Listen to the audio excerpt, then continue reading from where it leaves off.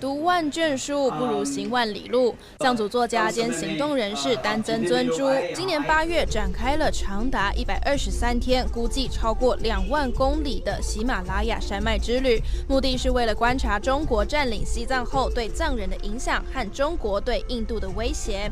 他横跨印度5个省份，途经大小村落、狩猎区、游牧区，明显观察到中国正一步步把影响力向印度边界扩张。 Indian population on the India side are angry that the Chinese are building roads from the other side right up to Indian border. They are pushing border population, Tibetan people, right up to Indian border. Now, I suspect that this could be a tactic to push border population right to the border points and tomorrow move their army even forward. This would be this would clearly make change the status quo and put a lot of pressure on India.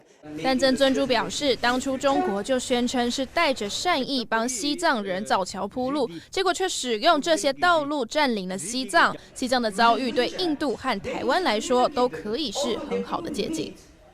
We are coming here for the peaceful liberation of Tibet. And that's what Xi Jinping has been trying to say, that they want to liberate Taiwan. But liberate Taiwan for what? Taiwanese standard of living, their sense of culture, civilization, and the freedom that Taiwan enjoys today. You know, I've been to Taiwan twice, so I know. It is far, 100 times better than anything you can imagine in China.